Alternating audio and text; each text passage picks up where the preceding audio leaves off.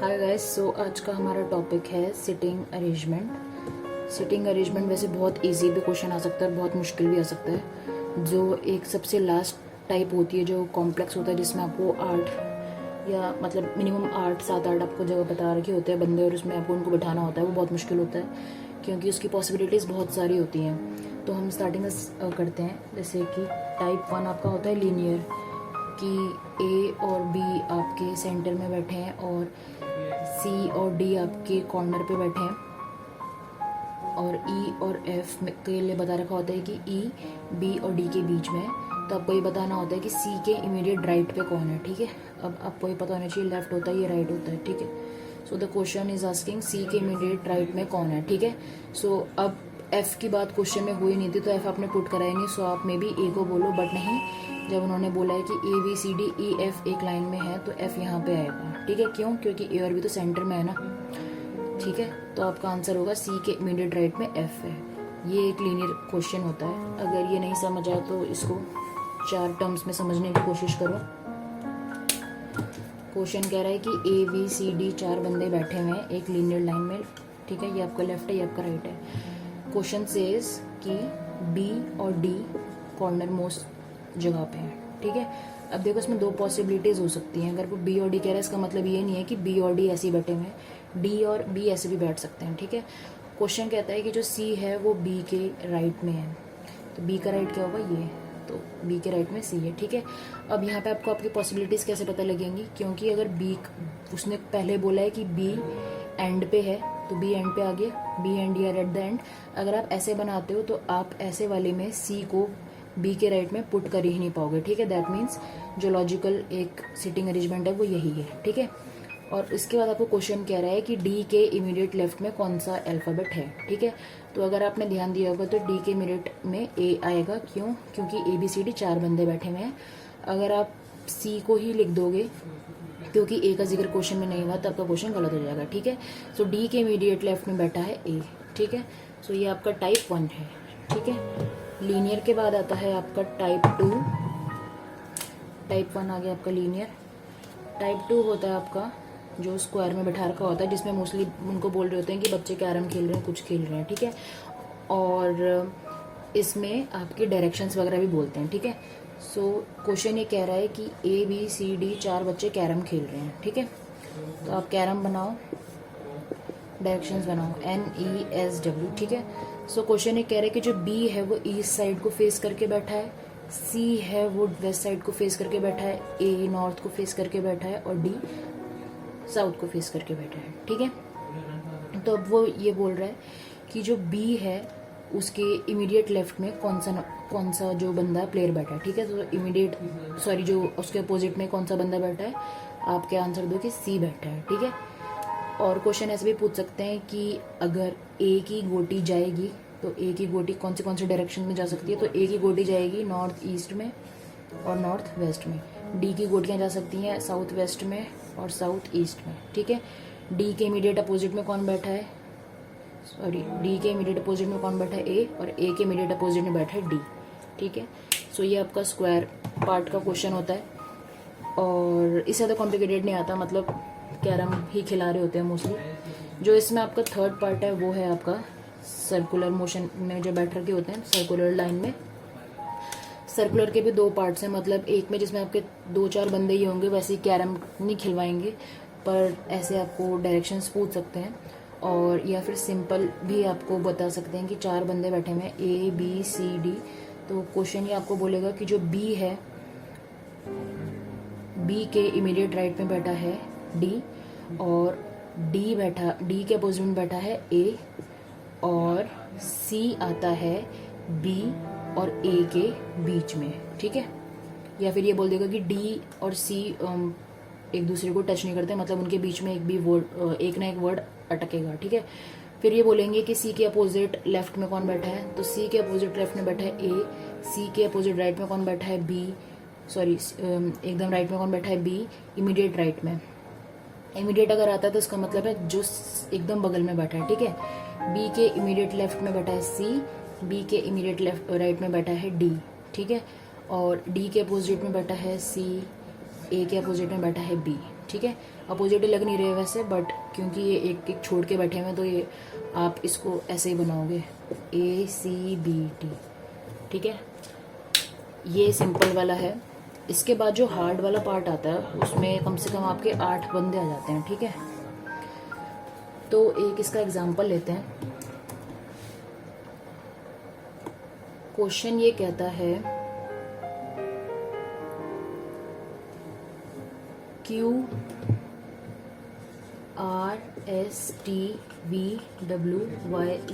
Are sitting in a circular table facing the centre.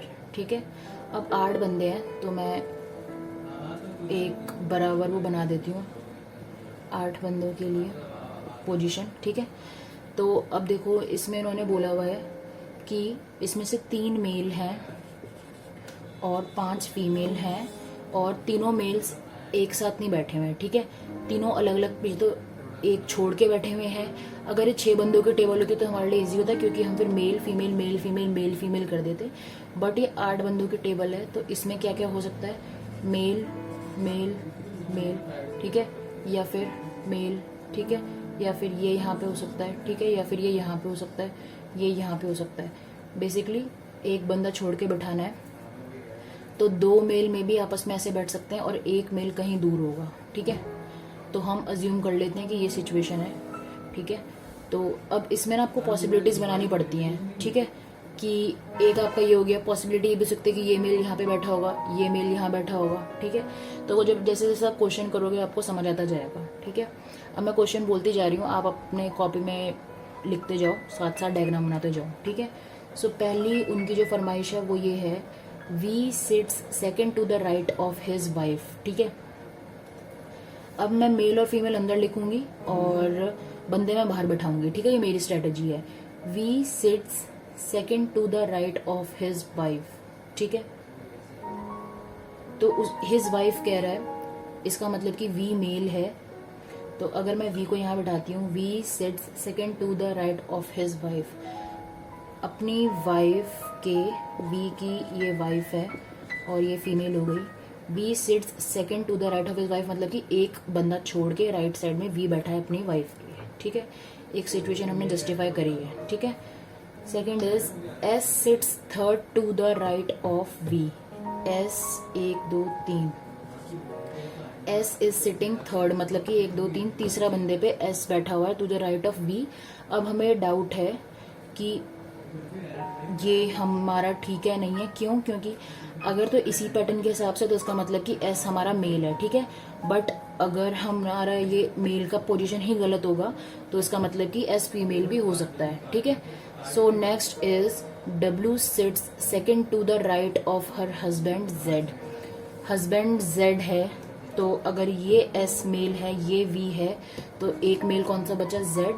Question कह रहा है W sits second to the right of her husband Z. ठीक है, that means this is also a female.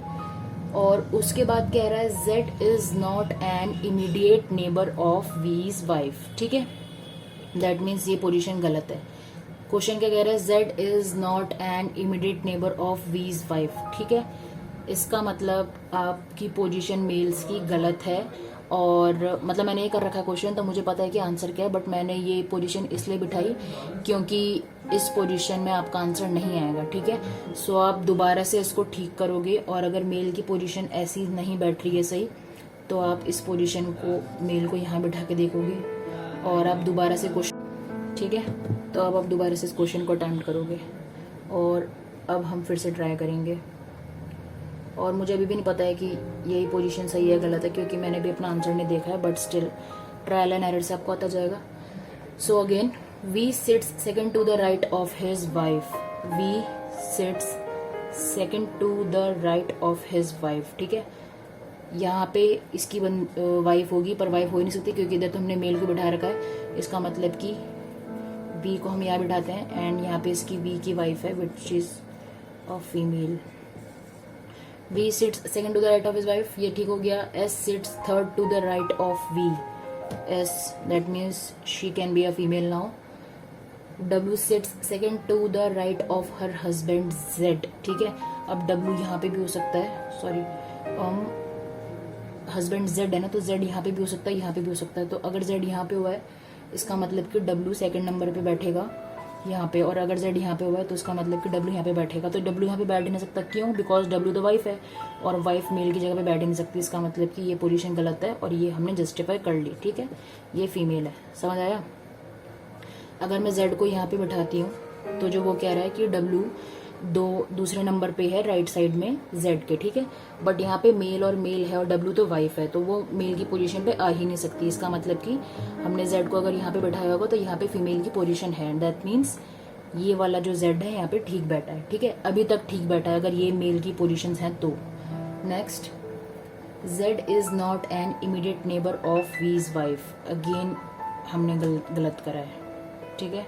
तो फिर से ये पोजीशन गलत हो गई है, फिर से आपको देखना पड़ेगा मेल फीमेल, मेल का जो सेटिंग है। अब हम एक की पोजीशन लेके देखते हैं, ठीक है। सो इसमें 2 बंदे छोड़े हुए हैं, यहाँ पे 1 छोड़ा हुआ है, यहाँ पे 2 छोड़े हुए हैं, ठीक है। चलिए ट्राई करते हैं। तो वी सिट्स लास्ट, बता रही हूँ दोबारा से, वी और लास्ट इसलिए बोला क्योंकि मैं ट्रायल एंड एरर कर चुकी हूँ। तो अब आप देखो क्वेश्चन कैसे करना है, ज़्यादा भी हो जाएगा तो फिर इरिटेशन हो जाती है। V sits second to the right of his wife. V sits second to the right of his wife. That means this is V's wife and she is a female. S is third to the right of V. 1 2 3 third to the right of V. W sits second to the right of her husband Z. अगर हम यहाँ पे Z रखेंगे तो 1 2 3 यहाँ पे cross हो जाएगा, ऐसे यहाँ पे W यहाँ पे आ ही नहीं पाएगा।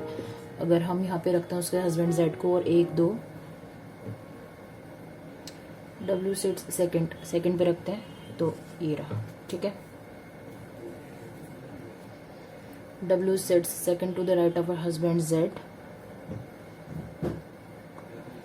अगर हम अगर हम Z को यहाँ पे भी रखते हैं तो यहाँ पे हम सपोज करके देखते हैं कि इधर होगा कि नहीं होगा। Z is not an immediate neighbour of V's wife, ठीक है। ये जो हमने 2 बारी गलती करी थी, जो Z को हम इमीडिएट नेबर बना रहे थे ना वीज की वाइफ का, तो उसका मतलब Z यहाँ पे नहीं रखेंगे। Z की पोजीशन यहाँ पे ठीक है, अभी के लिए ठीक है। T इज अ मेल, तो 2 मेल हो गए, तीसरा कौन सा बचा? T and is not an immediate neighbour of V, ठीक है। And R sits second to the right of Q, ठीक है।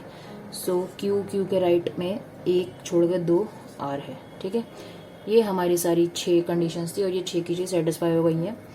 तो अब उसके बाद में क्वेश्चन कुछ भी पूछे आप आराम से आंसर दे सकते हो, ठीक है। So female female female female, ठीक है।